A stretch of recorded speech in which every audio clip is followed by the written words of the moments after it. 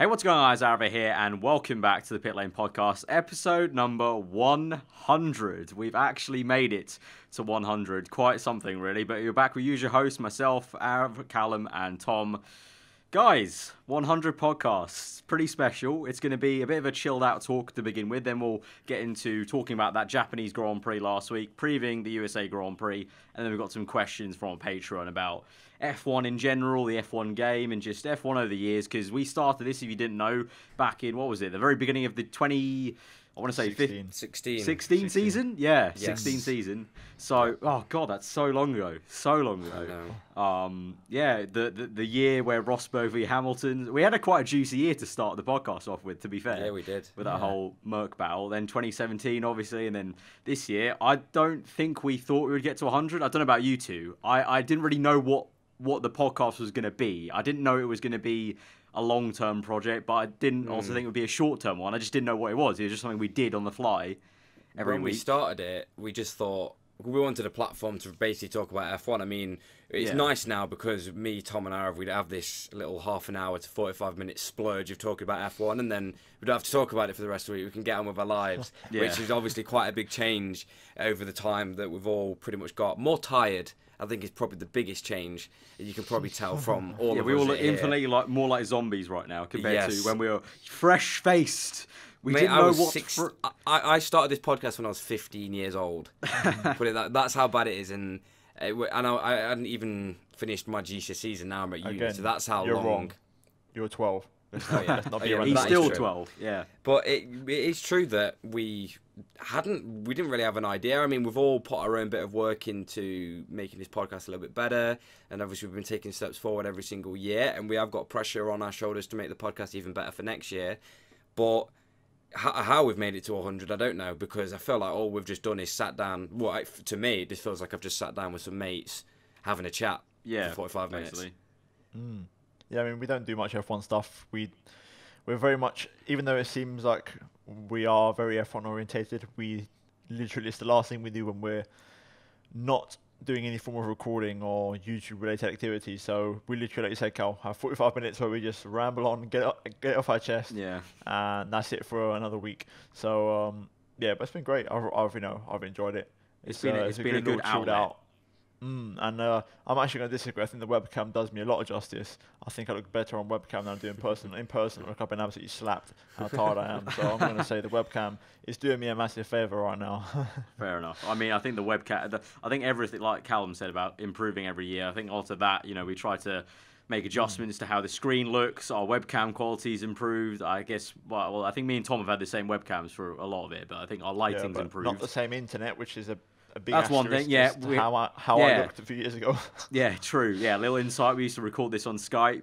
I used to screen capture all three of our webcams at the same time. We used to do that. Oh my god. And Discord as well. We tried that one as well. Remember, podcast number 3, we did at China, and it was so early in the morning, and our internets were so bad at that point in the morning that the entire thing was really blurry, and then I had a problem with rendering.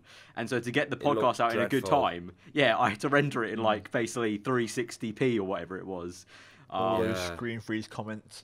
That as well. Tom, screen. I think he counted Tom wasn't a video; it was just like the odd still with a bit of then. It's a 15 frame per second podcast video. God, also the mic quality's improved a lot since as well, so there's been improvements. Yeah, well obviously, big shout out to the Patreon lot that helped really fund obviously some improvements in that department for Callum, especially when he snapped his headset for what was it? Oh my! How long ago was that? When was it? I'm trying to think how many episodes you had the snapped headset for. Where I think I used it for maybe about 9 or 10, I want to say. I think 10 episodes where people are but 10 episodes adds up to maybe 2 months, and I think it was about 2 months. I think I was going to say more like 5 or 6.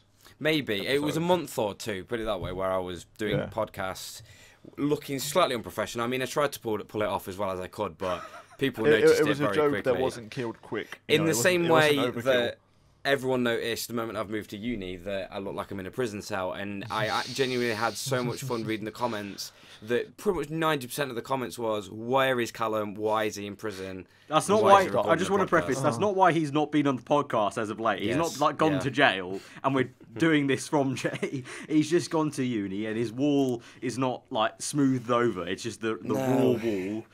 It's not It's that just bad bricks. in person. I've seen it in person. It's not that Yeah. bad in person, but it I've looks slept worse. on my floor and Where it's Callum's not that sitting, bad. I've slept on the floor Yeah, right below him. literally. It doesn't look that bad, but on camera, it does look like he is in prison. So I will admit Yeah. that, Cal. So But we could talk about. To be fair, like it is mad thinking about it. Like episode 1, how much we've changed. Like we've also got we've got to say like a huge thank you to the whole audience, like for staying with and sticking by and everything. And a lot of people pointing out the changes that have changed. Like for example, let's point out the big bat in the room. If you went back to episode 1, you'd notice that Arav is basically halved in size. nah, Which you guys is got absolutely insane. What happened is you guys got a different host, and like I've just Yeah. been trained really well to pretend like I'm the Halfway same through, person. yeah, halfway. This isn't actually Arav. This is some alter It's ego. someone else. Yeah. I just put But it off that's really one well. of the big ones. I mean, everyone says that I haven't really changed, apart from the fact that I've got a bit of facial hair. And you got a new definitely hairstyle. have. I've had millions of those over the podcast, though. No, the fringe We've up had it. vibe We've with had the it back and glasses. forth, left and right, forwards, backwards. Now back to forwards.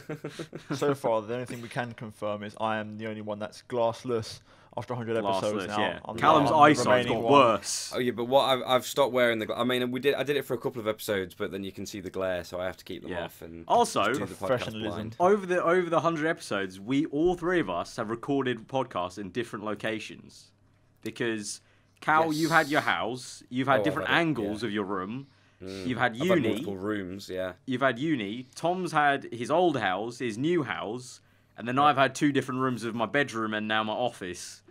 And also, us three also did an in-person one, 3 times at Silverstone, and then downstairs in my house for the race podcast, and we did an off-podcast one. So it's kind of like, 100 episodes is a long time. 3 years. If things you went have back to changed a episode lot. 1, you'd go, where the hell are they recording from? Yeah, You'd yeah. actually All question 3 of it. our rooms were different then. Bearing in mind Yeah. that I was in my old bedroom before it was changed around. Well, I mean, you two know that I changed my room around a lot. Yeah, yeah. And then eventually got bored of it. But my backdrop changed quite a bit, so I think there was always a few comments going, "Where's he moved? Has he moved house? Where's he gone?" No, he's just moved to the other side of the room because he gets bored. Callum is but- the master of shuffling his room around. Not Well, my I can't words. I can't shuffle this uni room round. That's all I'm saying.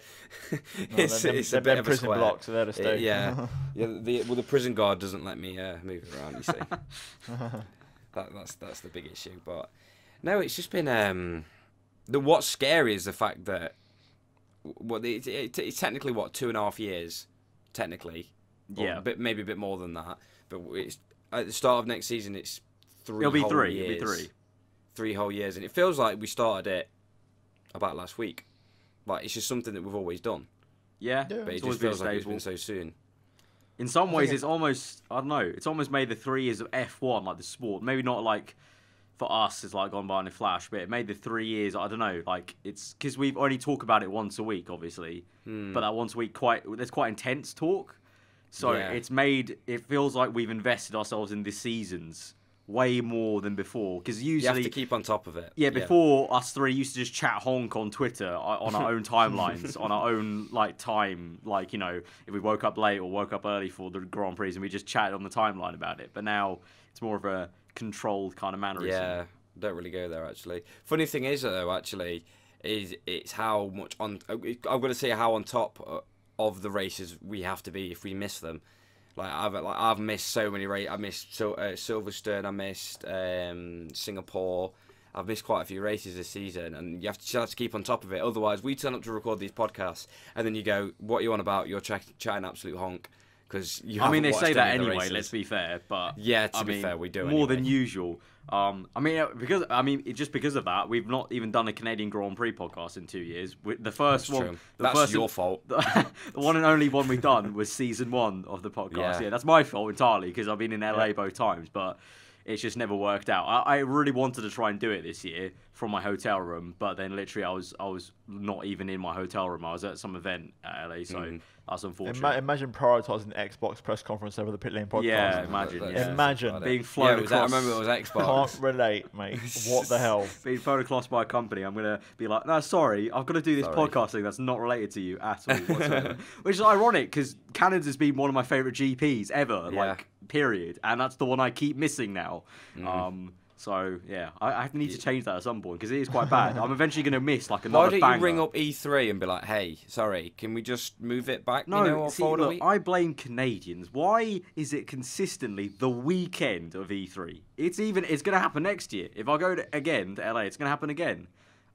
They need to can't move. win. They've ratified the. Get some of the sponsors on it. Be like, oi, there's a very move easy it. solution here. You just get a couple of +2s. Me and Cal tag along to E3, and then we just Right. get in sync in the Sorted. time. So we can do an in-person one from Exactly. LA. Exactly. Perfect. Sorted. That'll be the real special prize. I don't know what number that is, but if it's like a specific special number, I don't know. We can kind of pass it off as a special thing we've done. For the podcast. It might be like Inside. 125.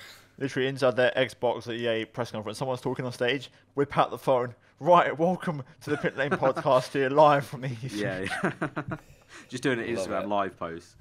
But yeah, I mean, 100's been a while, but yeah, like Callum said, hopefully you guys have enjoyed the 100, and thank you very much for the continued support, whether that's just watching the videos, commenting on the videos, liking them, or if you're one of those more dedicated ones that have supported us on Patreon now, we really do appreciate any kind of support, really. When we started it, we didn't really know how it would go down, if people would be interested, but there's always, people that still tweet us, like, where has the podcast been if we miss it by a couple of days, which is a really crazy thing, because like we said, we are just chatting F1. We're just three friends chatting F1.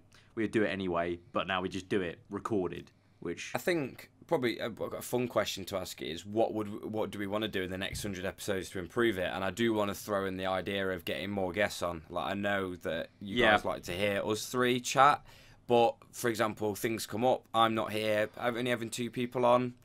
It is a little bit of a... It's not the best. It's still two people having a conversation, but it's nice to have multiple viewpoints and multiple viewpoints of other people as well. So I think if I'd say that if there's anything I'd like to push for is to get more people involved. Yeah, I mean, I think for the people next have 100. really enjoyed having Justin on. I think Justin's a fan favourite, I think, to have on. And obviously, us three know Justin really well. And also lately, because Justin's got a new job working at IGP as a community manager, he has a lot more free time, actually, technically. So definitely something we could look into. Obviously, we've had Hayden on before. We've had... I'm trying to think of all the guests we've had on. Joe, we can definitely get Joe on. We've had Luke Smith more times. Luke Smith, obviously. It'd be cool to get Luke back at some point. It'd be cool just to try and maybe, I don't know, somehow reach out to some more journalists that we maybe know on Twitter and try and get some of them on in general. Well, your best mate's with Leclair now. I've got his number, so why don't you just give him a phone call? I mean, that's probably the next goal, isn't it? To try and get a driver. If we could maybe get a Nando, driver maybe involved. Nando. You never know. Just quickly get I him could on. He might be quite busy. I could with definitely think of McLaren like roles. other I can think of some drivers that we could get on, not like necessarily F1 ones or just like race car drivers to get their racing opinion on stuff that I know here and there. But yeah, I mean, that's definitely a goal. I think. Gone. I know, Tom. What's your sort of like make? I think 100 from now, I would still like to say I've done it maybe at least 5 in the same room with you two. I'd like to make that happen a little bit more often. Ooh. I mean, that's another one actually that I've been wanting for us to push. You Is say if that. we could try you and say get. Oof, but that's 2.5, maybe 3 years. It's not impossible. True. That is very true. Actually, when you put it like that, it is very true. I'd like to see us do a few more in person together. And to be fair, from next year, like a little bit behind the scenes, obviously, I'm trying to plan of getting my own place with some friends. That makes it a lot easier then to be like, right, Cal, Tom, just come to me. You can crash at my place, and we can do the podcast then. So.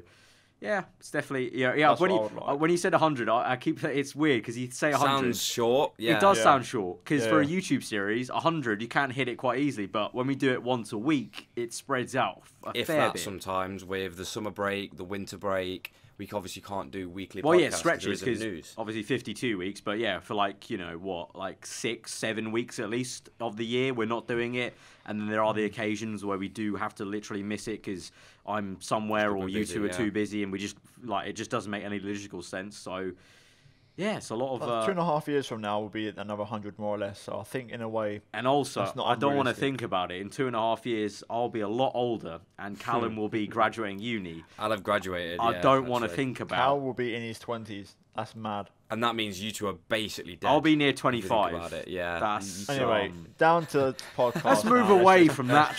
Let's move away from that. I'm still young. All right, God damn it. Right, we're gonna move into the Japanese Grand Prix. Obviously, it's been a week now to digest that. Me and Callum watched it together, actually. Yes, we did. I was literally about to bring that up. We actually watched it together. We watched it in the after a same night room, out. so we'll have a little bit of a moment about that. But the Japanese I'll Grand just Prix. sit back then. I'll let you two. Have a love in about the Japanese Grand Prix. But so guys, initial thoughts about that overall GP. Obviously for the title, firstly, Hamilton v Vettel. Obviously Hamilton had a perfect weekend, didn't he? And Vettel, Yes. what were we thinking? What were we Who's thinking about that? surprised? Let's be honest. Are we surprised? I don't know. Let's go. Cal, are you surprised? Who what are the predictions before the race? Let's be honest here. What do we all say? Well, I thought Hamilton across the board for everything.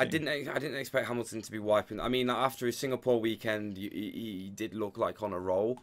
But then you look at you going into Japan. It's still impossible to predict. But I don't think anyone would have predicted that much of a shambles weekend from Vettel in both qualifying and the race. Yeah, I mean, Saturday was his team, Sunday was himself. For me, it was very simple. That radio message from Hamilton in FP2 saying, "Oh, I just love this track," or whatever it was. Yeah. That for me, I was like, yeah. That was we're done here. maniacal in a way. That was we're like done here. really like sadistic of like, I'm loving this circuit. They have no hell and chance. Like, Yeah. like It's licking the literally lips, just, rubbing the yeah, hands. You're fucked. Yeah, Literally. basically. There's no other way of saying it. So when that message came through, I was like, yeah, why am I even expecting Ferrari to even get close to Mercedes around here? Like, what the hell am I thinking? They've literally dominated this track in the V6 era. So that, in a way, I was like, I was trying to drink it in. But I mean, I think it's very, very clear now. I mean, Arif, we said it in the last podcast, and I think the last few now. I just want this is the end now and just move to next year. In a way, yeah, Leclair because can do it better. 2019 is looking very exciting for just change of the We're guard. just delaying the inevitable at the moment. Yeah, I mean, obviously it works out basically. We go to USA, if Hamilton wins and Vettel's third, he wins the championship. And if the Mercedes rocks up and is good enough, 1-2's there, Vettel comes third maximum, and he's got it. And I think it's more if the Ferrari rocks up and it's good enough, not the Mercedes at this point. well, yeah, they've got one. Apparently, they've got one last upgrade to come at USA, so we'll see how that pans out for them. But going back to Japan, yeah, so not much really to say about Hamilton. Actually, it was just a perfect weekend for him. No, you Bottas, literally can't comment. literally, yeah. I mean, there's actually nothing to comment on Mercedes. Like, is there any fault in that weekend? I don't think. It's just comparing them versus Ferrari. It's basically just going what Ferrari did wrong. Like Mercedes, I think that's probably one of the most dominant 2 weekends of Mercedes' career in Formula One. And yeah, I tweeted it. You look at it from qualifying, like the moment it starts to sprinkle, Ferrari bottle, and it was even little things like what Hamilton said about, well, obviously the big mistake for Vettel on his lap was when he hit the curb at Spoon, and then Hamilton commented on the fact that in his outlap he was trying out the curbs to see which ones had a lot of water, noticed that Spoon had a lot of water on and went, not going to touch that curb on my hot lap, and he didn't, and then he went on to get pole position. It was just Mercedes' way of just showing up Ferrari in every way possible. It's dominant though. Like it's not even close. I tweeted it. It's like 2015 Mercedes again. Like dominance. We've gone back a couple of years because Red Bull were nowhere. So I was shocked at Red Bull actually. I thought it'd be loads closer. I'm not. They've struggled. They've not been close all season. You know. Well, they still won 2 races. Yeah, but they've either been on the pace You've or got to they've hope just been they moved nowhere near them. all dev know. to 2019 now. Hopefully. Oh yeah, More for than sure. likely, yeah. But Because New will be rubbing his hands at those front wings, trying to get the best out of them. I'm not even. I don't know. After Singapore and everything, all the news that broke out. I mean, I can go on a rant about Ferrari in a moment's time, but after all the news that broke out after Singapore, I don't know why people are expecting a Ferrari or Red Bull win because it's not going to happen. You know, because of the 3 engines per season, what Ferrari have is what they have. So that's it. It's done. Like they're not going to do anything. So yeah, it's just a shame. It kind of fell flat on its arse. I'd even say worse than last year because last year you could argue Vettel had a reliability issue at Japan, which in turn affected him at Malaysia, starting at the back. Yeah. It was only really Singapore where it went wrong for him. You know, he still got pole at Mexico, won at Brazil. He still had a strong-ish end. That was more just the fact that you could tell the car wasn't there. But I think this year it's worse because the car was there this year. Yeah, no, it does make it worse because it it was able to give him wins earlier in the season, and it kind of fell flat. Let's dive into specifically what Vettel's mistake was that race. The dive down the inside of Verstappen. What are we making of that? Obviously, two sides of the coin were, Vettel said on the radio himself, if I didn't go for that, then what's the point of being here? I had to try and make that overtake. Because at that point in the race, he was trying to obviously recover the positions, and he wanted to try and chase after the Merc straight after that safety car period. And then for Verstappen's side, Verstappen said he gave him room, and he still understeered into him. Yeah. And at the time, I think, when we were watching it, Cal, I think all of us as a group in that room were like, why? Just don't. If you just run a quick risk assessment on the situation, it was very early in the race. It was on Max Verstappen. It was for third or fourth place, I want to say. Yeah. Literally, there was no and him saying, "Yeah, okay, if there's no point of him going for that gap, then why? What's the point?" There was and I remember what we all said after that was, "There's literally one of the longest straights." Just after that corner. And I know a lot of the overtaking moves in that race, surprisingly, was into spoon, which was very peculiar, because we've never seen that before at Suzuka. No. But we've never seen that much overtaking at Suzuka either, which was even more shocking. Because there's a massive hill up to spoon, yeah. a massive incline. Yeah, so. But why you felt the need to risk it that early in the race on a one-stop when you know that if you ruin your tyres, or if anything goes wrong during the overtaking manoeuvre, you stuck with those tyres and stuck with that strategy, and I think he could have got second that race. Back. I don't think Bottas had the pace Hamilton did. No. I think he could have caused Bottas some trouble. I think he could have got second. I was surprised. I was really surprised. I thought he started off the race really well. He got a really good start. Very first lap. Yeah. I was so shocked to see him so far in the field. Driving the car really well. That car looked hooked up, and it definitely looked better in Sunday than it did in qualifying. That's for sure. I think, first of all, I hate the quote because it's similar to the Senna one, which I absolutely hate that quote because it's just not consistent with modern day racing, with the fact you can only make one move defensively and whatnot. However, I think it's a racing incident. At the time, I was like, why the hell have you done that? And I still, in a way, do. However, like you mentioned, there were so many moves in that corner, and it looked like just any other move. And to be fair, if you watch it back in detail, you'll see the spin would have never happened. It's just the spin didn't happen because of the first sideways contact. It happened because Verstappen's left rear clipped Vettel's right front, and Vettel went for the spin because of the contact in power. It happens, all the time on the F1 game. When you try and go for a move, up the inside, and you misjudge it. And if you got the inside and he turns in on you, you're the one that's going to go for a spin. Yeah, it happens all the time. It was a proper Formula 1 game. Yeah. So spin. But I agree, the massive straight, and then after that the pit straight to make the move, so a bit ridiculous in that regard. But I thought he was entitled to go for it. I thought he was alongside enough to go for it. There's also the debate of, and this is something that personally I think is interesting, is intriguing. It's just a personal thing of mine, because Verstappen knows he's it's all mental in F1. It's a massively psychological game, and Verstappen knows he's hard to get by, a la Magnussen, if you know what I mean. Yeah. And if you let him keep on winning those battles mentally, Verstappen will have that ruthless mental edge of a Senna or a Schumacher defensively. So you have to swipe at him and go toe-to-toe with him so he sort of doesn't establish himself as the guy you don't want to go up against. Like earlier in the race with Kimi. Yeah, exactly. Which he still got penalised for, but he's still got the mental edge, even though. But it's that sort of thing. Happens in motorbikes as well. There's certain people you don't want to race against. You don't want to go wheel to wheel against because you're in for a tough time. We've had it in league racing. Cal, you and me have had it.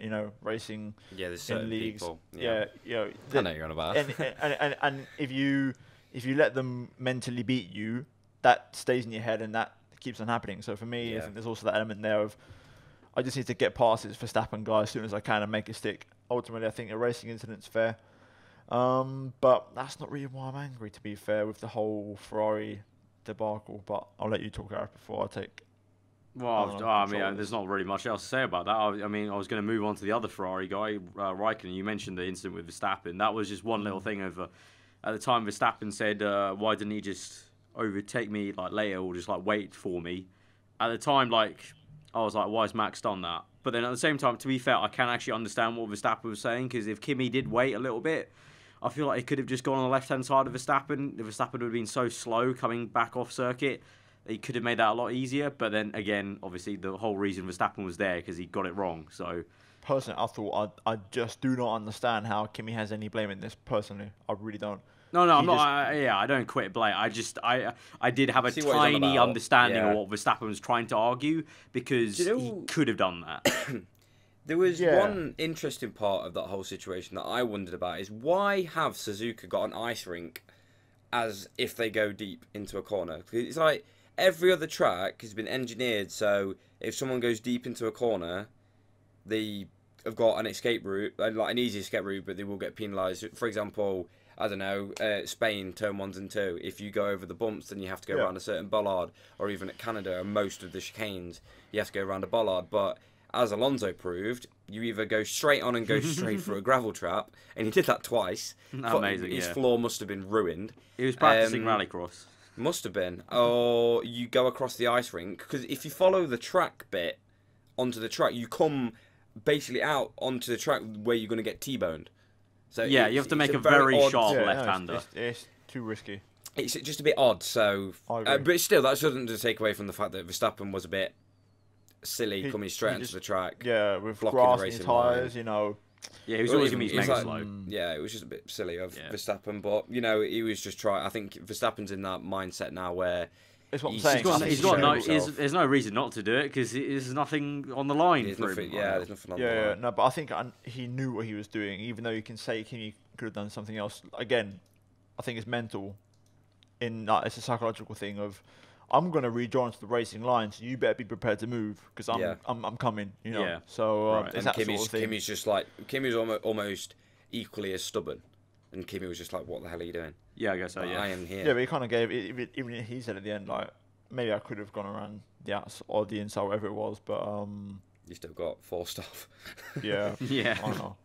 Literally got full on forced off the track, but I think that rounds up for Ferrari. Unless Tom, you've got that one urging comment. Well, first you of want. all, they can get rid of that new sponsor. That's Win put that now. one to bed. It's technically Winnow, but we all know it's Win now.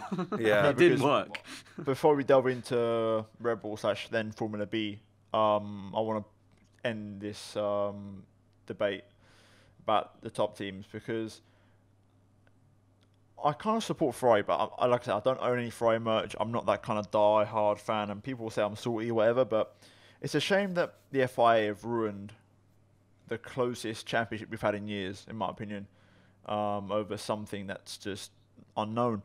The facts that come out, the videos there to prove it, and all the statements are there. If you've not got up to speed, then I do urge you to. Scarbs and Peter Windsor made a great piece on Autosport, which I'm not happy to mention, but just for Do you want to like reference sake. sum it up just so people know? Yeah. Basically, people wondering why has Ferrari's pace gone all of a sudden? They won in Spa. They were really fast at Monza, engine pace wise, and then Singapore, they vanished. People think, okay, might be one off. Arrive at Japan, absolutely nowhere again. And in short, the Ferrari engine is known for a while now. They found something in the car. A lot of people thought it was fuel related. Turns out it's something to do with the MGUH. Teams complained, the main one being Mercedes, that the engine be checked in that Ferrari car, and it was checked. The FIA put extra sensors on the engine in the critical areas. However, no strange or inconsistencies or rules were being broken by the according to the sensors. There were some abnormal readings in the sense that it's not things they've seen before, but it's not breaking any rules.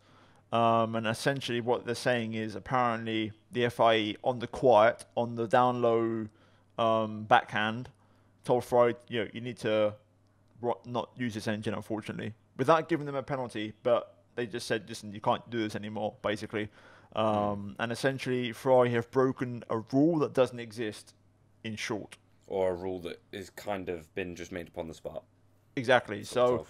I don't care what anyone says to me. You can say I'm salty or whatever, but for me as a neutral, like I said it just a moment ago, I just want next year to start already because there's literally no point in the last 4 or 5 races when it comes to the championship fight after such a close season. So for me, it's a real shame, and it's really, really annoying because, like I said, they've broken a rule that doesn't exist. That makes no sense to me. And it's Well, are nothing Ferrari like Ferrari. even bringing any more upgrades now? They've got a massive aero package, apparently That's it. like a really big one, but Right, okay. essentially they're on power. They're back down to where they were. the little thing they found, the trickery they found to get on par with Mercedes in a different sort of way, that got nerfed. So their engine, in my opinion, and from what people are saying, is not as good anymore. And you can see on the delta gaps they lose on the straight because they used to find extra power. It's like the turbo and the whole engine used to have like a second phase on the straight apparently, where it used to really keep on going, so to speak. The battery would keep on going; it wouldn't harvest, and they've lost that. So yeah, the data shows, and they lose about 6/10 a lap, which is massive. It's massive. It is a shame because it has put a bit of a downer. I mean, do you know what's even worse is the fact that obviously Vettel's momentum has dropped with that FIA decision. So it looks like it's worse than what it was. I feel like it does if it wasn't like last year, I mean, to be fair, there's been a whole dark cloud looming over Ferrari for the second half of the season. I mean, since the Sergio Marchionne news, it feels like it's just been a pretty mellow environment for Ferrari, whereas Mercedes is kind of really. Yeah, there have been some people in the paddock saying that definitely did change them a little and did put them on the back foot. And you can understand why, like mentality-wise, you lose. But hopefully, they put that energy into next year's car, because I feel like, well, after this upgrade, I feel like they aren't going to bring any more updates, and any update that they bring is to develop their 2019 car rather than help the 2018 car as such. But hopefully. But this is the thing: when has Mercedes started developing their 2019 car? Probably at the start of fucking 2017, more than likely, knowing them. The only way you're going to catch up is by some sort of grey area. You know, it's a shame because I think Ferrari have been punished for innovating. In short, that's the best way. But that is what F1's about sometimes, isn't it? Exactly. Like, how many times did Red Bull get told to do something that? Well, that's how Braun won the championship back in the day. The double diffuser that were like, hang on, what is this? And eventually they had to be like, okay, everyone can do it, and then they banned it for the next year. Yeah. Oh no, it doesn't add up to me, and it's a shame. It really is because I mean, and this isn't Ferrari. If this was any other team, I'd be pissed off because. It was good to see a genuine challenge at the front, and Mercedes at times were like, "We have nothing." It sounds like it sounds like it's almost like a prolonged. Do you remember 2011 when Red Bull obviously were really good, and then we turned up to Silverstone, and the engine mapping, and they changed something about the engine mapping. Yeah, for one race, they had this rule. And at Silverstone, who won? Alonso and Ferrari. And then the next race, they're like, "Oh, we're going to take this back. You can do whatever you want. Go back to what it was." And it went back to Red Bull. Diffuser, wasn't it? With the blowing of exhaust gases, they wanted to keep the exhaust gases blowing. Yeah, something like that. Something to do with that. And they were like, "No, you can't do the mapping." And then after they were like, "Oh, just do it. It's fine." And then we got back to the good old fart can at the Italian Grand Prix and stuff like that. Amazing videos, by the way. If you've never seen those, to be fair, I still love the blown diffuser sound. Like, it sounded just alien-like, which is like cool and weird in a kind of weird way. But yeah, anyway, so it's almost like it's a prolonged one race of that, but over a course of half a season now, basically, of like the FI just going, this thing here, just stop it, even though it's not in the rule, just stop it. I don't know. I mean, even though it's obviously a reliable source, obviously I don't know how much it really is going to be to that extent, but clearly something, you know, it's that and Mercedes developing. People can say what they want. The data shows, like the numbers, and Ferrari lose 6/10 on a straight. They've gone the gap from Ferrari to Red Bull stayed the same, but the gap from Ferrari to Mercedes has increased. So that also, in a way, does prove Mercedes have found something. There was more data showing this weekend. Very interesting. I think it's Scarbs again who pointed out in FP1 through 130R, Mercedes were testing some engine things or modes or whatever it was, and they were doing about 8Ks more through 130R than any other team, the nearest closest team. Like, it was like a lot faster, and they turn it down for FP2. So it was like a test. They were testing something. And apparently, ironically, it's something similar. Apparently, they're saying the rumor in the paddock is it's something along the lines of what Ferrari might have been doing. So so basically, what we're trying to say is, if both Mercedes and Ferrari are doing it, it still means Mercedes are ahead. Yeah, effectively, yeah. Because also, I think at the same time, Mercedes have still outdeveloped Ferrari a little bit in every other area. It looks like, because you know they've still been, they still look monstrous. Do you know what? Well, what Mercedes have commented on quite a bit. I mean, we need to get off this topic soon because we have rumbled on quite a bit. But what Mercedes have talked about, and especially Hamilton, is the understanding of tyres. I feel like that as well, yeah, they have got the tyres down to an absolute T. And obviously, I remember at the start of the season when it was the likes of Spain, Paul Ricard, and Silverstone, they bought the slightly lower gauge tyres that stopped the blistering. And obviously, everyone pointed towards the fact that, well, that's why Mercedes have won at those respective races, even though Mercedes did not win at Silverstone. But that's obviously come hand in hand with Ferrari's step up with the MGUH improvement. But they have commented that even with the high gauge or low gauge tyres that they've really understood. And even straight after the race, I think it was Bottas and Hamilton speaking about what their highest temps were with their left front or whatever tyre it was. And they are absolutely drilling on the fact of looking after the tyres. And obviously it sparked the idea of whether or not we need lots of pit stops and degrading tyres and everything. And Hamilton commented on the fact that, I enjoy looking after my tyres so that it has to last until half the race, then put a new set on, and then Bottas comes out going, no, I don't like doing that.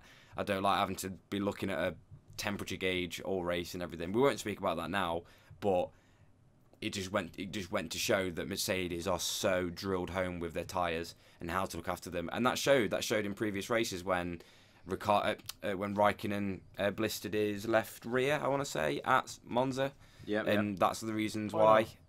Ironically, since Ferrari have shown this improvement in pace, it's almost flipped. Ferrari were better on tyres for me. Yeah, Ferrari are bad on tyres now. Yeah, Ferrari are the worst team on tyres now. They're terrible, and also their tyre selections are shocking. Yeah, I don't know. They've been slightly odd. I know they. McLaren have been more shocking. Did you hear the story? McLaren forgot to choose their tyre selection for Japan, so Pirelli gave them the default 3-3-3. Yeah. How does an F1 team of McLaren as well, of McLaren stature as well, forget to put a simple note of these are the tyres we want? Literally, all you need to do is send a little bit of note paper. You have a company full of 1,000 people back at your factory, some of the cleverest people in the country, probably. Oh yeah, the tyres. And you just forgot tyre selection. The only thing that touches the road in an F1 race. How? We'll have to go to the Winchester and let that one blow over, I think. How does this happen? Go to the local Woking pub and let that blow over. How does this happen? Honestly. Oh, my Very God. tragic, but if we round out the top three, I mean, Mercedes, they dominated. Ferrari are tripping over their own shoelaces, and Red Bull are just there for a bit of fun now. I mean, Verstappen let's talk was about there for a Ricardo. bit of fun. Ricardo had an insane race. Big cross moment in qualifying. The angriest you've ever heard Ricardo in qualifying. Yeah. I'm surprised. It's like he's been on a serious level. Almost conspiracy since it got announced he was leaving every race. He's had an engine problem. It's ridiculous. Qualifying or race or practice, an engine's gone. At least it's good mental prep for maybe next year. Maybe. Oh yeah, for sure. But that was also, I think his performances have dwindled. I saw people saying you can really see how Verstappen's just a class above Ricciardo, but for me, I don't agree. I do feel like Verstappen's been better than Ricciardo this season. Oh yeah, he definitely has. But Ricciardo, you can see when Ricciardo is on it, he's good. And for me, how comfortably he jumped Raikkonen, for example. For me, that was his best race at Monaco by far. He really performed well. Well, I was thinking about it. I think I asked the question during it, or during the race, or just after. I was like, when was the last time Ricciardo was actually fighting at the front and not coming through the field? Yeah, because he has been pretty much outshadowed in that respect by Verstappen, just because he's always been coming through the field. Woeful against But his qualifying has been pretty piss poor. He's a bit like Alonso. He doesn't excel. I mean, obviously he did get pole in Monaco, but versus Verstappen on most days, I think Verstappen has him on that one. Verstappen's only really going to improve, where Ricciardo, I forget how old Ricciardo is now. He needs to get into himself in a championship winning car like tomorrow. And it's not going to happen for 3-5 years probably. I know he's got a big project on him. But, he's looking for that old timer championship win right at the end of his career. Basically, like what Hamilton is now, like a part. Almost in a way. He kind of part two, but still fair play to him because he had an excellent weekend. Yeah, and he was deserved a driver of the day because he came through that field quick. very quick. It goes to show if he had a full throwing in Sochi, he might have actually done the same thing. Maybe it was that important to him because he definitely cut through the field quite easily in this one.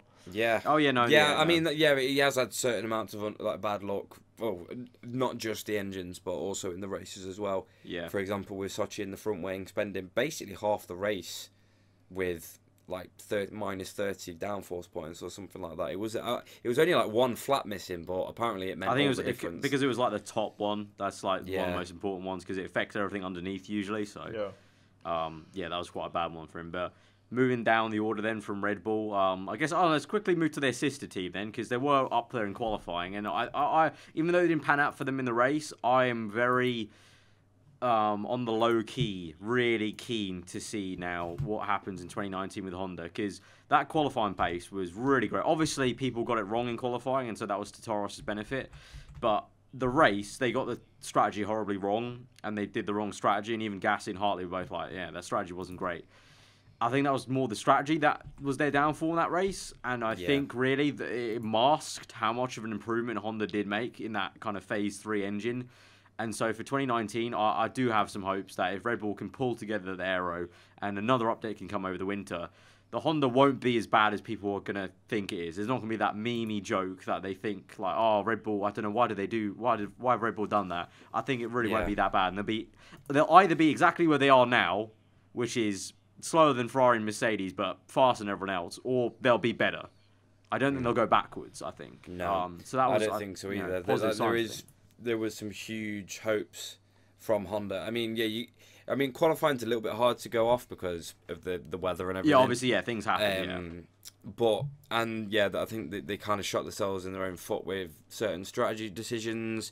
And I mean, Hartley went backwards on the start. Like that was weird. How he went. went. Remember, Cal. Remember. Yeah, Crofty said he had a great start. He went, Hartley had a great start. He lost 3 positions. He lost 3 places. I was like, what are you on about? That was great commentary work. And then it was Gasly, a bit odd. Gasly did the strategy that worked out for him at Bahrain and worked out a couple of races here and there where he went really long on the first stint. But at Japan, that just really didn't work because the tyres were shredding way too much, and then he fell back in traffic. So that was just not the way to go. So it didn't mask their performance. I think Gasly could have got points there. But yeah, positive signs for them. Seems like Brendan's about to secure a contract, it seems, because they were pretty vocal about him before the race weekend, saying if he keeps on performing like that, he'd get a deal. I mean, he's put in a good performance, but he still came 13th. I mean, you can't blame it on the Gasly team. Came 11th, so it's not really that much of a... But it's not anything to shout about. I think they just signed him for the fact that there's no one left, really. I've heard that rumour about Alexander Albon. No, he's going to Formula E now. But yeah, there's been rumours flying about everywhere about this second seat. I mean, I know Kvyat's got the first one, but literally it's between Tictum and the rumour, the late rumour. The late rumour is the man that beat Dan Tictum in Formula 3 to the championship. Yeah, I don't think that's going to pan out though. I can't see Schumacher make the step from F3. I don't want that, and I don't think he needs that. Not with the current how stupid they are with the driver program. No, I want for Mick. I want him to go to F2 and have some time in F2. I think he's not ready for F1 yet. He's a bit of a late bloomer, I think, compared to his father. yeah, definitely. So I think it's I think they re-sign Hartley probably. Moving on to we do Force India. I mean, they were the lead-in. The other team that teams. Fair play to Perez because he had a really decent race weekend, and Ocon as well. Also, big shout out to the midfield. They gave us a right battle. I remember just going, "This is yet another overtake, and another overtake, and another overtake." So since when was Suzuka so popular for overtaking? Because that midfield battle was intense. Like it was really intense and really fun to watch. It was great. I loved it, and it was one of them ones where you're like, I do want to get off of Suzuka and watch it because there's not really that many overtakes normally. But that was pretty good. As far as Suzuka goes, that was enjoyable. That was probably one of the best Suzuka races since, I want to say 2012. Yeah, like a 2011, 2012. Yeah, 2012 was a bit of a mad one. Yeah, fully. With a bit of overtaking and the Kobayashi dives and everything. But Perez out racing Ocon. Which was interesting. I swear there was a bit of team ordership issue. I can't remember. Don't know if it was this weekend or the weekend before. Doesn't ring a bell. No, I don't think. It I was think I'm just Sochi when they were making trying to that get one past Magnussen and they were switching up. Well, around. can we just point out their points? They are Yeah. already in. I want to say 8th already. Let me just get the standings up. I swear, obviously because they had their point. If anyone didn't know, they had their points reset. Extremely close. They're in between 7th already, and they're only 13 points behind McLaren in 6th. And I think they could overtake McLaren quite easily. far off. They're quite far off Haas. I think they can get McLaren. It's a fight between Haas and 41 Renault. points to Haas, and then It's Renault a bit Haas and further Renault ahead. because Haas have been getting a little bit salty over Renault for some reason. But yeah, I think Force India can get McLaren for sure, and that'll be amazing in itself, really. Both Haas and Renault, obviously that comes off the back of them 2 pointing fingers at each other after and yeah, there could be a, the there could be Grosjean a flaw. late slam dunk for Force India regarding Haas, because if Haas do win the court case regarding Grosjean's Italian Grand Prix finish, which was 6th, Yeah. that's going to put him back a further 10 points, I think 8 points. So that one's kind of up in the air. That could be We'll like see. the season, not the season ends. But I think the court hearings like the 4th of November or something. So It'll be just before the last couple of races. before Brazil, maybe. I think just before Yeah, Brazil. yeah. I think it's So the week. I think it's the beginning week of Brazil. I think Yeah. the decision will stay as it is, but it could be a stinger for Force India. Yeah, it could be. It could shuffle things up for sure. Maybe make Renault's life easier and Force India's life harder in that On the respect. subject of Haas and a certain Grosjean, I mean, ever since he was announced that he was keeping his drive, he's put in some performances. I mean, That before he that really as well, has yeah, put he's in, like yeah. he picked himself up and definitely, what was it, like dusted off the kind of, I don't know, like voodoo kips almost he had at the very start of the Yeah. season where I mean, he had a couple of off races, but ever since he got that first points finish, once he got that, he's been alright. You know, he's had that 1 or 2 races where he's been nowhere, but generally, I know. he's But I've been there. very much against maybe giving him a seat. I've been like, okay, maybe let's give someone else a seat. yeah, I think for Haas But- it's just stability for them at this point of just like they're still That's what they quite a need, new team yeah. to be honest relative to everyone else. So I Yeah. think for them it's just it's stability of like the engineers know him, the staff know them. They know how to get the best out of these drivers, so let's just improve the car, and that's how we'll really know how the car's progressing, because we know how good the drivers are, because they're the same from last year. So, Yeah, I don't definitely.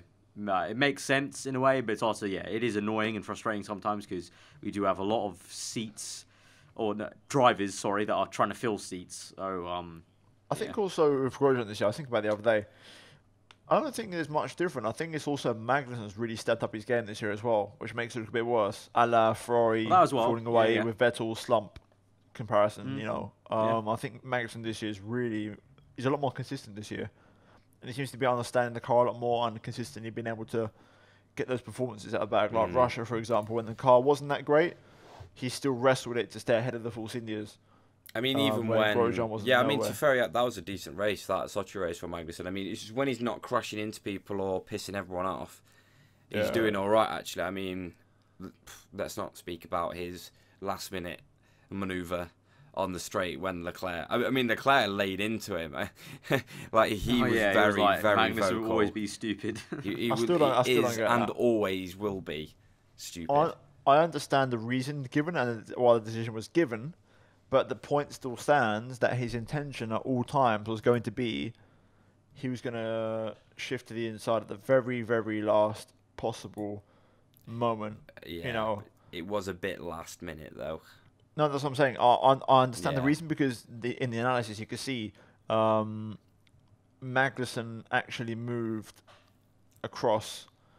I think it's like a 1/10 of a second or something ridiculous. Like basically, it was too close and too quick to react. The front wing of Leclerc was way too close at that point to kind of back out enough to not make that but collision happen. you always knew where Magnussen was going, if that makes sense. So for me, that still doesn't gloss over, and Magnussen still should have been punished for that one. But Well, he got punished by DNFing, really.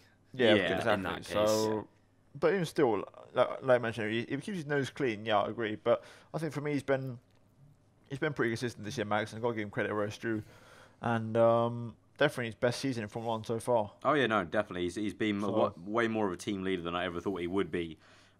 for especially the first half of this season. Skipping over some teams, I just remembered though, since our last podcast, George Russell got announced as the Williams driver for 2019. Oh, yeah. So that's pretty big news because we were wondering, obviously, Merck were trying to find Ocon and Russell a seat. It looks like at this point, Ocon apparently is in a shoe-in maybe for the other Williams seat, but there's also I was going to say that, yeah. There's also a possibility he sits out, so we'll see. But Russell being given that seat is great because then you have another young driver in. Two, it's kind of great to see Norris and Russell both being brought up from F2 to F1. Yeah. Because I feel like Norris almost gave up with the F2 title because he knew he was going to get that seat a lot earlier in the season. Yeah. And that's why it left Russell in a difficult spot of winning the championship and then having to leave F2. So it's great that he gets promoted. And the way he did it really surprised me because do you guys read the thing where he called Paddy Lowe in July and he asked Paddy, I want to drive for Williams. Let's set up a meeting with you and Claire Williams and let's talk about this. And they talked at the German Grand Prix weekend, and he was, everything went down really nicely. And they were like, yeah, based on results as well, we would love to have you as well. And then George left it to Mercedes to talk to them about the actual nitty-gritty deal with input from him. But I love that story, and I love that came out, that initiative of he was the one who made the call to Paddy Lowe and just rather than Mercedes. I want to drive for you. Like, I was so surprised. Yeah, I would have thought Mercedes would have been like, right, Williams, what are we saying? Can we get George Russell in? Not him on a random Wednesday going, oi, Paddy, I want to drive for your team. Like, let's make it happen. Let's have a meeting. What's also quite interesting in that situation is if you're Mercedes, you can sit there and go, okay, so I've heard that my man George is coming over. So we've got another lad called Esteban. Yeah. Fancy getting him in as well? Because he's had a few more years. Here's the thing. Mercedes could still do that because the other interesting caveat is George Russell isn't there for a 1 year loanish. He's a multi-year deal. It's a multi-year deal, so you could almost forget he's a Mercedes driver. He has signed for them, and he's basically, how can I put it? He's marketed himself as just a driver who wants an F1 seat, and his CV has impressed them enough to the point where they've signed him. I think the way he's done it is he's obviously contractually be still a Mercedes driver, but I think the way he's done it, in a way, he's kind of realised almost Ocon's the next lineup. I'm not the next lineup. Ocon is. Mercedes want Ocon to be next. So I've got to play my cards right. And he's done it in a way where it's like, basically he's like, Williams now want him more for the multi-year because he took the initiative to call them and say, I want to be your driver. Because he literally, that was the quote, that he called up and said, I want to be a Williams driver, not just an F1 driver, give me a seat. So he can stay there happily. Williams want him there for a couple of years, and he will happily stay there because he knows the second Bottas isn't in the Mercedes seat, Ocon will go there. Whether Ocon sits out or is in the Williams seat, I think Ocon, the way he plays it, if Ocon and his agent's smart enough, they'll play their cards right of saying, right, let's put this in writing. The second Bottas is out, I'm in. And I think also this is a very light way of saying Russell might do a Verline and write himself off the Mercedes vibe in the coming years, I think, because Ocon's only 21.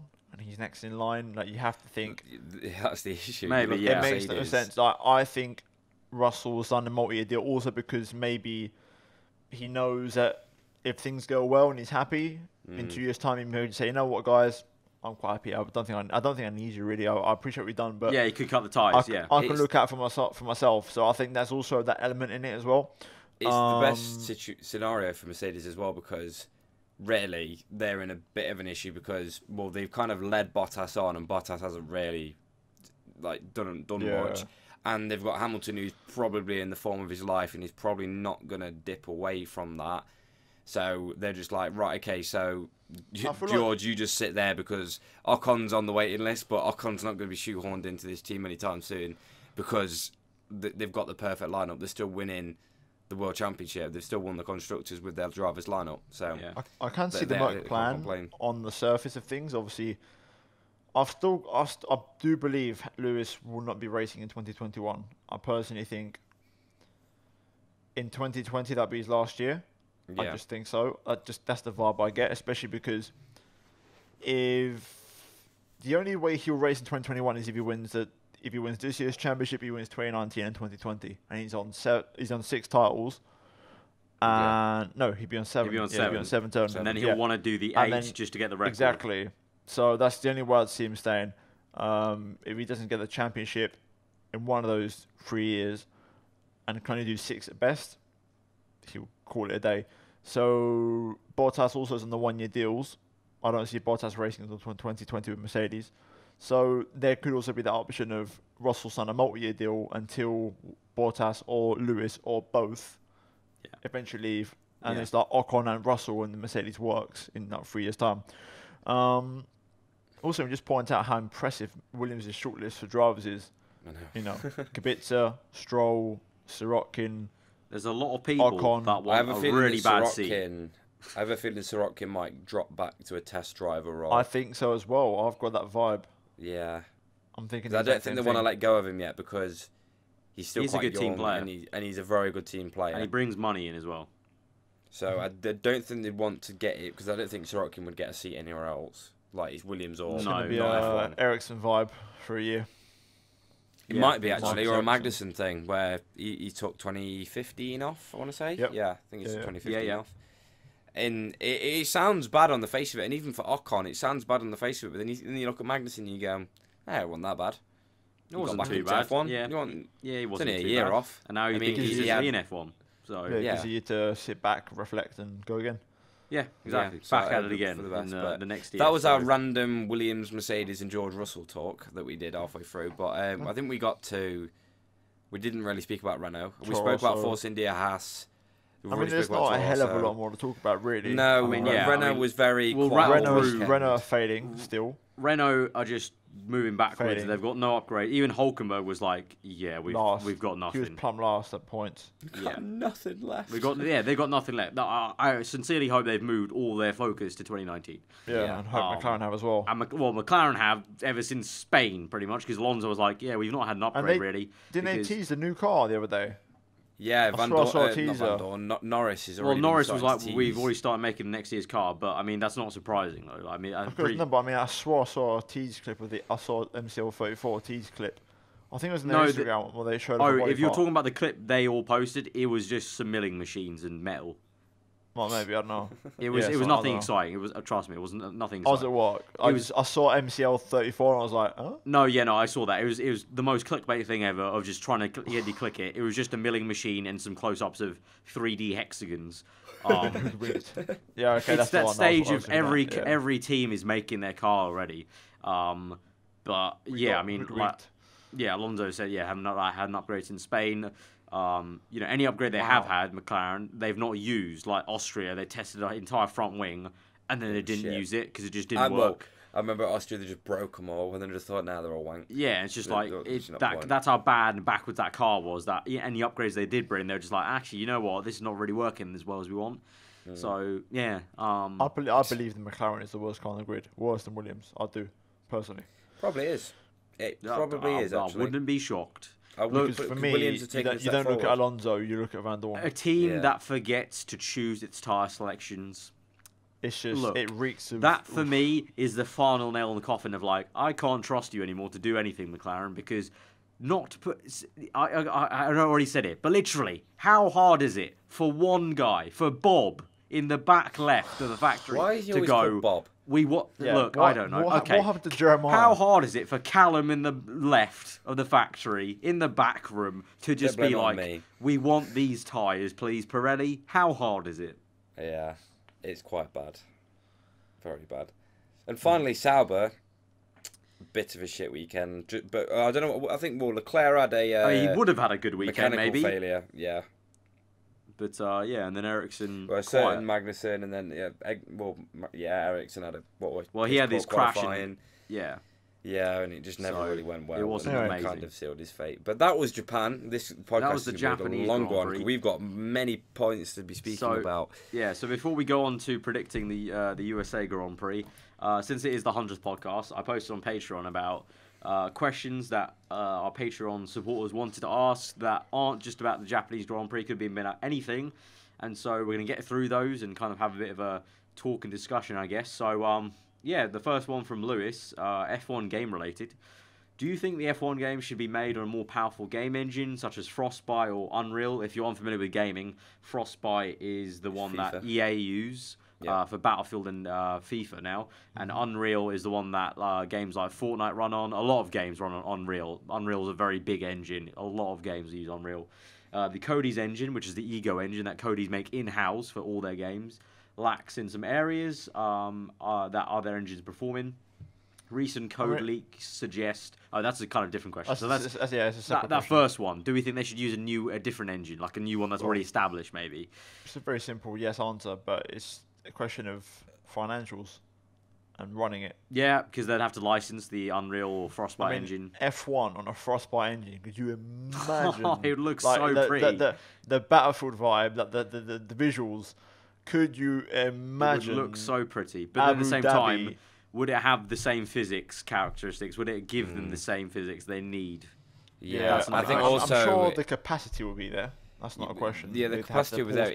It's for me. I think now what the big conversation is the multiplayer. I feel like they could happily sell the game on the current Ego engine now and market the game and sell quite a few copies with what the current career mode is at. But with the direction that they're trying to take the game in with esports, no.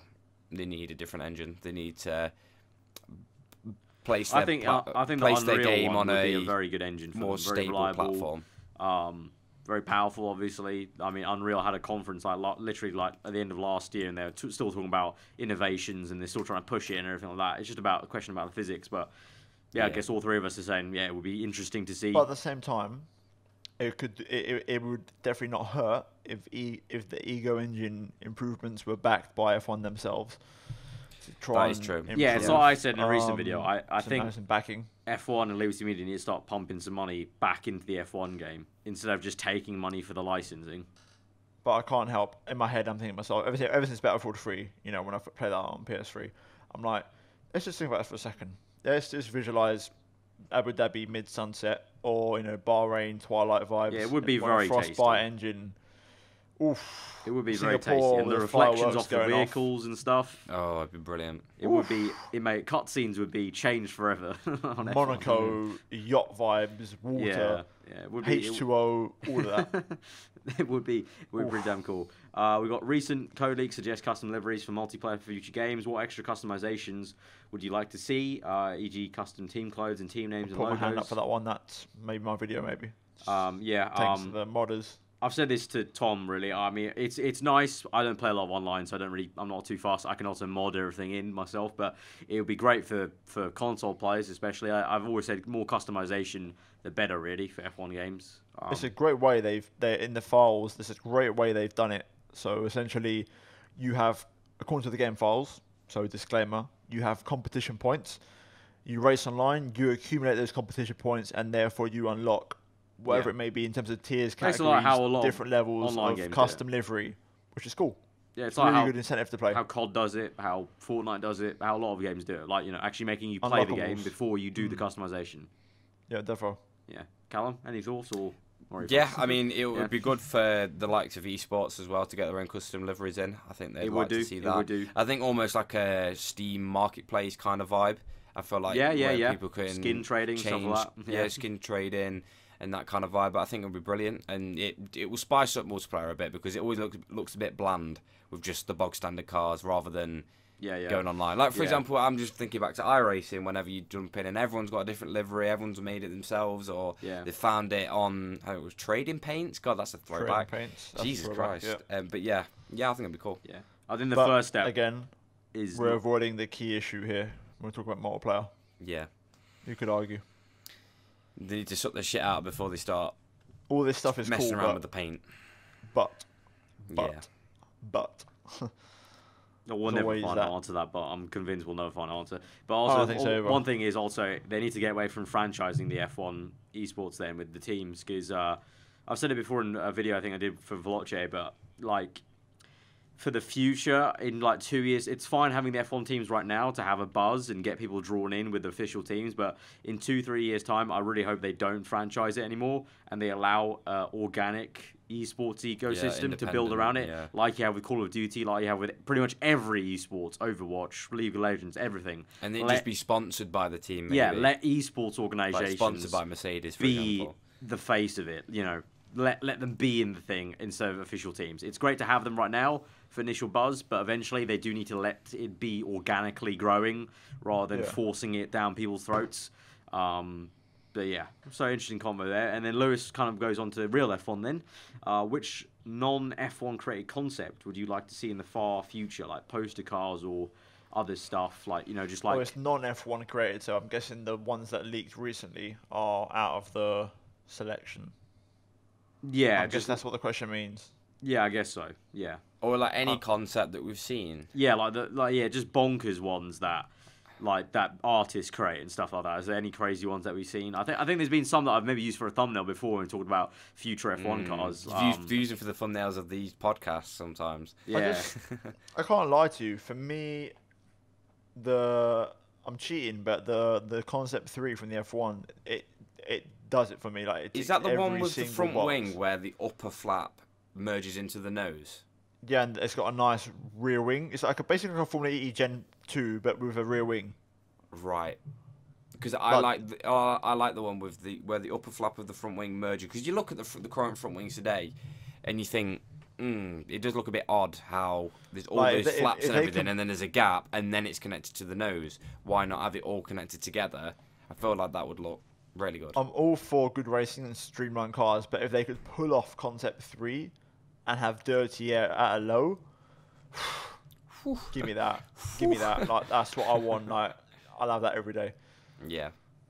Because that looks naughty, and I'm a sucker for past and I hate change, but for me that one is. Whew. Yeah, I mean, any of the rocket ship ones really a lot. I mean, all of them look like rocket ships, but yeah, I mean, I've seen plenty of designer ones.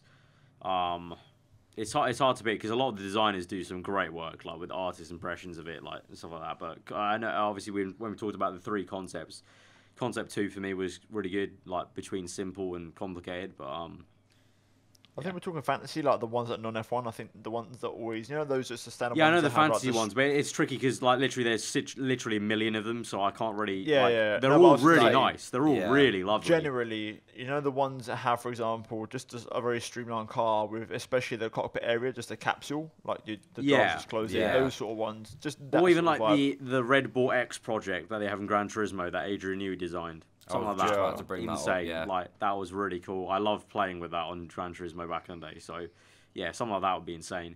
And then finally from Lewis, dream F1 grid from the current crop of talent through F3, F2, and F1. I don't really know enough to really comment on that one, so I'm gonna have to refrain. I can comment on F2 because I've kept up with F2, and obviously two of the drivers that I wanted to be in F1 have already been announced in F1. Well, it's kind of that's what I'm saying. It's already kind of been announced. We've got the likes of obviously we had Russell and Norris. Obviously, I'd like to see Markelov in F1. I do feel like it's taken him a while, but I wouldn't mind seeing Markelov up there. Also, De Vries, I'd maybe like to see him in. I feel like his time's gone. I know. No, but I do. Yeah, but this is dream grid. It's a dream grid. I'd like to. Not doesn't really. Matter. Doesn't matter. I'd like to see Nick De Vries up there. I don't know. I mean, F2, I'm very, very... I mean, Jack Aitken, I've got to throw his name in as well. I'm trying to... I don't know, Arav, you follow F2 a little bit as well. I'm trying to think of names from the top. I can't think of many others. Maybe Latifi, maybe a little bit. Latifi, maybe. Because he's been exciting here and there. But, I mean, I don't know, in terms of like dream grid, yeah, Callum said, Markelov, I think, would be very exciting. Aitken, just for the sake of a British guy, and we kind of know... Well, I know him a little bit. Like you said... F3, I don't know I don't know GP3 drivers. Is it Callum? Callum Ilott. Yeah, eventually he's a hot prospect in GP3 right now. So I think he could definitely make it in real life anyway. But a dream grid would probably have him in it as well as a Ferrari Junior maybe. Because it's a dream grid, I would chuck in Mick Schumacher just for the sake of it would be great to actually have a Schumacher back in F1. In a dream I can't scenario. believe you're missing out the one big name though. in F2, the true superstar that would, that it would be the return of dreams. Roberto Meri.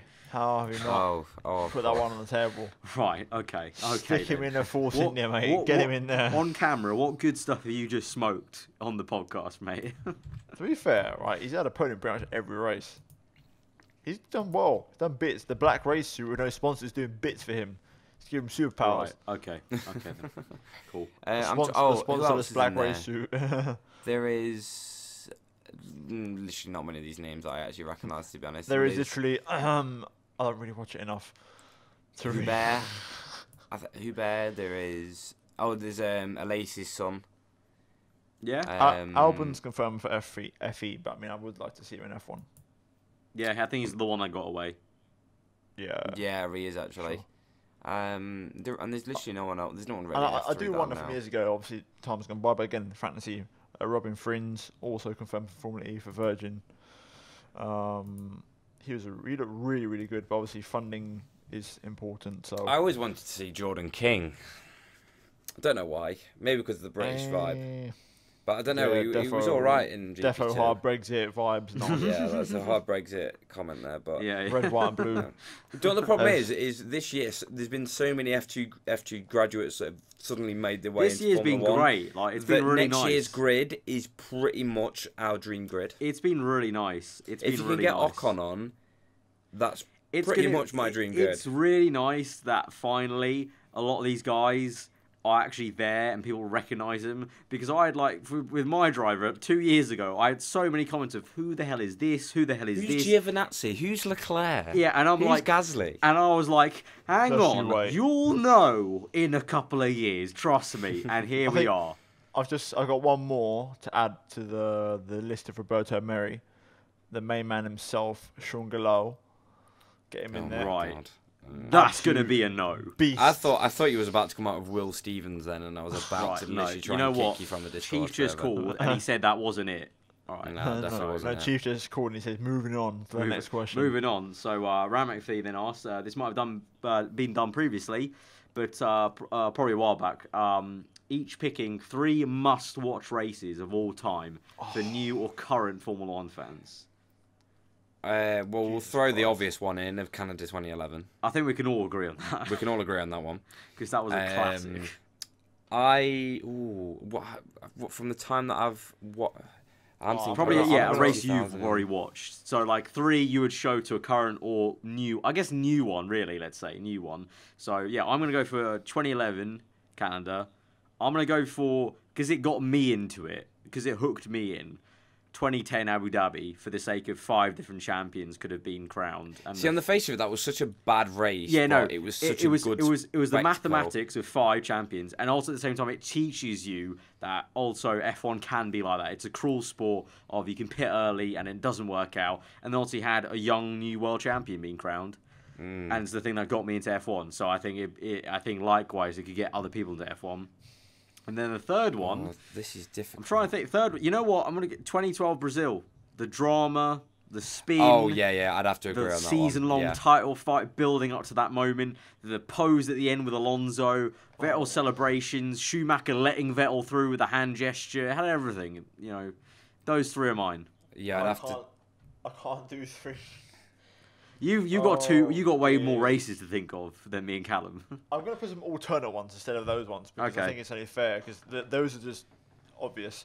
And again, you might know these, but Shanghai 2006, crazy race, wet dry conditions. Bridgestone versus Michelin, wet inters dries. Each compound supplier having a better tyre in those conditions. So some people are actually staying on the inters when it's full wets because the inter is just better. Yeah, and those it was so intriguing anyway for such an incredible race, and actually tied up the championship with 2 races to go. Unfortunately, what happened after that was a bit rubbish, but that was really it brought the championship to a close. Also, Japan 2005, Kimi in that race was immense. I remember watching that race, the overtaking, incredible. And I feel guilty for not saying it. And there's no one that springs to mind, which is maybe a bad thing. But surely there's got to be a couple of crackers in 07, 08 in there somewhere. 08. I mean, you got some. I think you got Spa 2008 Hamilton versus Raikkonen in that battle in the You could wet, also mention dry... Monza as well, the race after. That Yeah, wet but that race wasn't with actually. Vettel. That wasn't actually. That again, that's more like along the vibe of Abu Dhabi 2010. It wasn't so Yeah. much overtaking like spectacle. It's just the special moment. history of Vettel moment winning. in F1. I want to throw a few 2010 races in. Like I remember Spa being Korea 2010 was Korea 2010 mad. was mental. I remember watching Korea, and I was like, "This is a madness!" Like the amount of rain 2010 as well. and Yeah. the China tsunami 2010 stuff. was China crazy. 2010. I remember waking up halfway through that race That and was a seeing crazy the race. amount of pit stops that Hamilton had. I think they'd made like 5 pit stops already. Yeah. And I was like, what on earth is happening in this race? And I remember Hamilton was coming through the field loads and still ended up And- coming second. Outside shout. Valencia 2012. That's not a bad shout at all because that was a brilliant race actually. That was a to say it was cracker. Valencia. Yeah, Valencia that was- went out with a bang on that. You one. had flipping, obviously biased Schumacher podium, but you had obviously he did start 15th and finish third. You had Alonso went Alonso 11th to first. Mad. Weber as well. He started 13th and finished Yeah, 4th. yeah. You had Petrov overtaking Massa on raw pace. Caterham versus a Ferrari. You had the Lewis Maldonado scrap. Actually, literally, that race had it all. I remember. Raikkonen Can you remember China podium 2011? itself.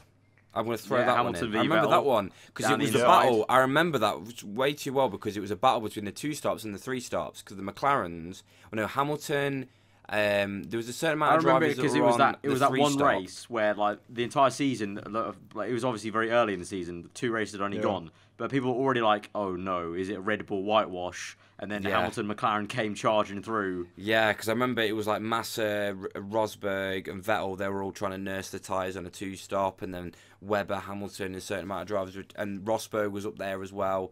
It was a really good race actually, and it proved that the Pirellis were the 2011. I'm Pirellis still really kicked it adamant. off. I've always been in the camp of bring the 2011 Pirellis back or the 2012 ones because I loved it. Those strategy races where strategy was really strategy, not just we're doing the 1 or 2 Yeah. or we're doing the 1 bit slower or the faster one. No, yeah, that was good. But yeah, that was good. Right, I remember that. Right, that's more than overtake- 3, but the they actual were. overtake No, Hamilton but made then. It makes you realise because we just should prove it's very easy to jump at Canada 2011 or whatever, but then you reminisce on nostalgia and realise, oh wait, there are actually some really. There good are a races lot we of just races, forget. yeah, but yeah. Like, It depends on the off my head, situation that you want to. Like, even I could even throw in Silverstone You've had 2015. I Austin, love that I was gonna race. say that Austin 2015. You got Hungary both years. 2014 2017 Bahrain was great. 2014 Hungary, 2017 Hungary, I think it was. Bahrain 2014 as well. There are a few, and even this year, you could throw maybe a few in. And you Like flip in Silverstone, Baku. you could easily throw in Baku, but the last 2 Baku, years yeah. you could throw in. Silverstone was spectacular just because that ending Yeah, sequence. Silverstone was great for the ending. And Hockenheim as well. And I think Hockenheim was probably the Yeah, best race of this year so far. Oh, I don't know. I do like Silverstone because of how it built up. But what's amazing is the fact that we had 2 of the best races back to back. Yeah, Yeah, it was a That good was period. yeah. That was But yeah, absolute- no, but I if basically if you're not an F1 fan and you've just There's suddenly a lot- watched we this just gave you a podcast, good watch good those. catalogue. literally Yeah. Brazil 07, Brazil 08 as well. Good Of catalogue. course, to Brazil go through. 08. How can we not mention Brazil 08? What the hell? Yeah, We I think it's because mad. it's so, like, it's so not F1 2008 Yeah. Brazil that it And then is. like another one of them weird moments is Yeah, obviously it's- Spa you 09 never see with that. the Force India. I Fisichella. know that was a mad race. Not a spectacular race, but it was just a mad again, spectacle. a la special moment. Yeah, exactly. So But there's the level that's more than 3. More but than 3. Sorry. if you've got some spare time, you've got a lot to delve into. We move on to Jake. Which of the current races would you like to turn into a one-off night race? Mostly from a spectacle point of view, not broadcast like times. the- I feel like Okay. Monaco's too obvious. Monaco is too obvious. Monaco's Something yeah, different. given. Night race that's not a night race yet. Spa. Spa would be very tasty with Spa would be floodlights around that. Yeah, think of it of like.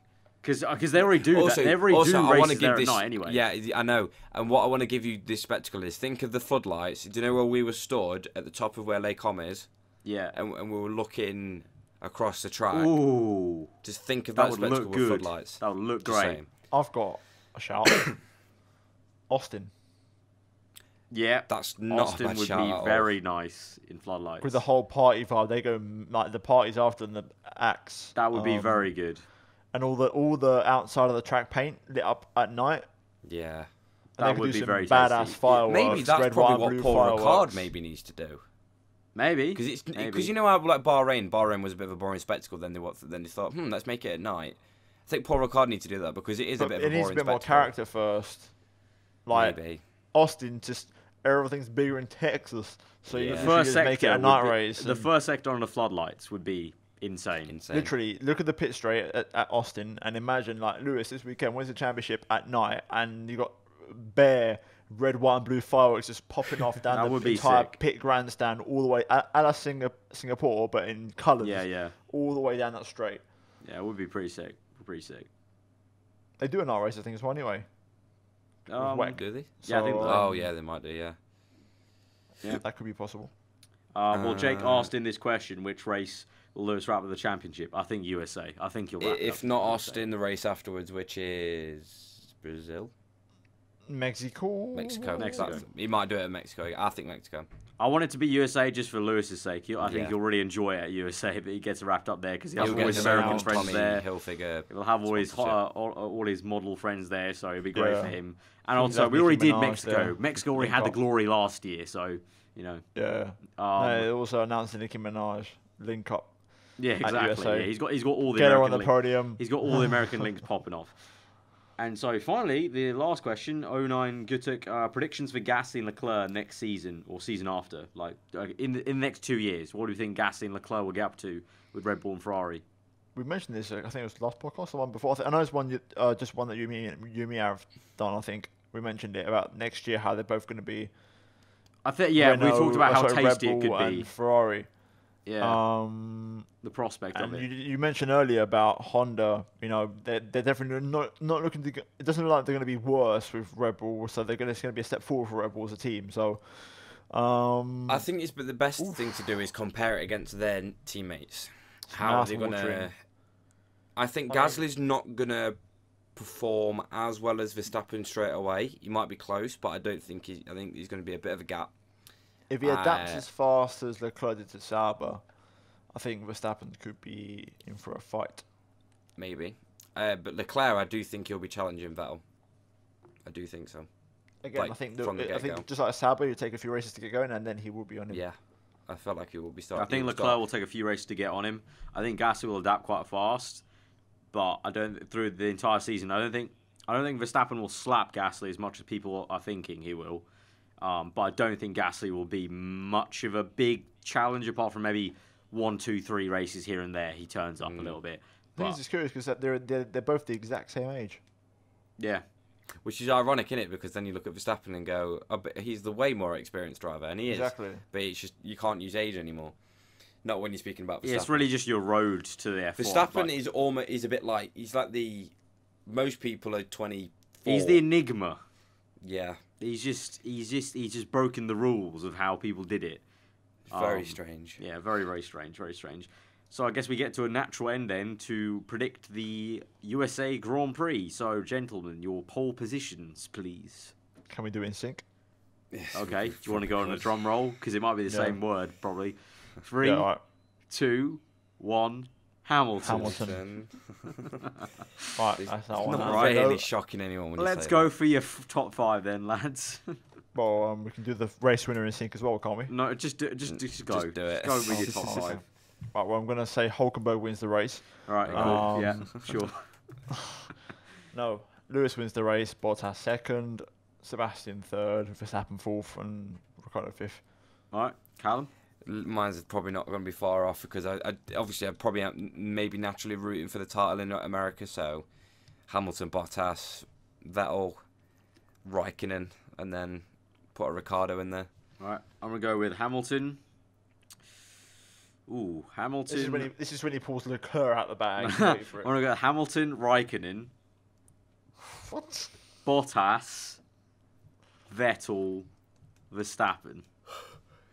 So they've got to hope that they haven't got to tell Raikkonen to put on the anchors then, Yeah, I was gonna say, like, No, your I'm scenario saying doesn't- I'm predicting Vettel has another problem somewhere, and it's another Japan thing where he's like 40 seconds ahead of Vettel, so there's no possible way they can do a swap.